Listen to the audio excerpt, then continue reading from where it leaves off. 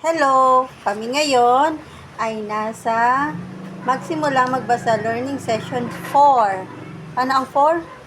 Apat. Okay. Isa lang. Apat. Ganyan. Apat. Yan. Kami ngayon ay nasa linggo 7. Paano ang 7? 7. 7.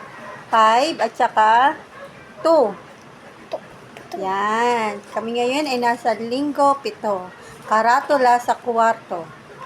Gumawa ng simpleng karatula bilang palatandaan sa mga kwarto sa inyong tahanan.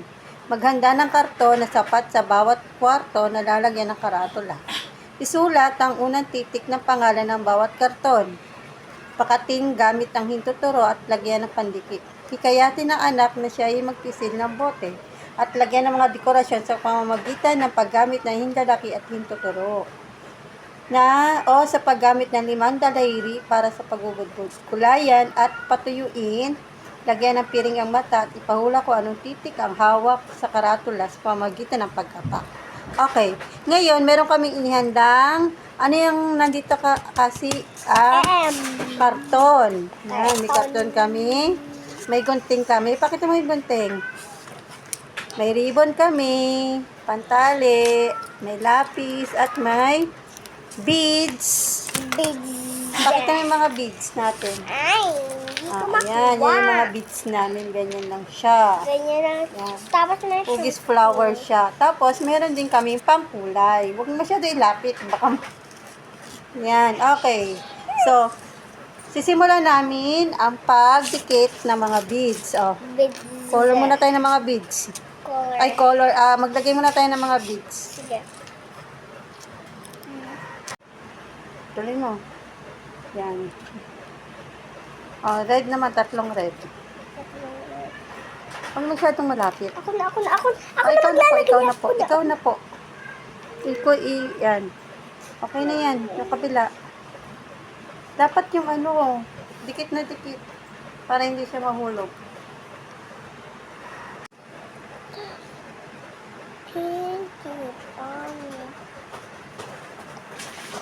Next.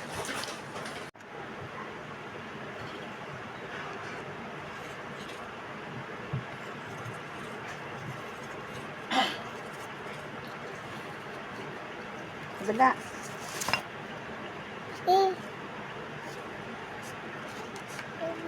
Ulit. Kunwari right here.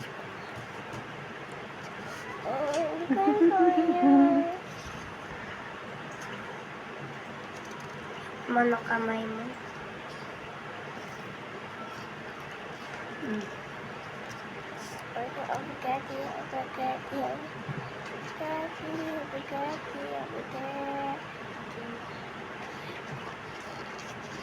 Yan. Yan lang.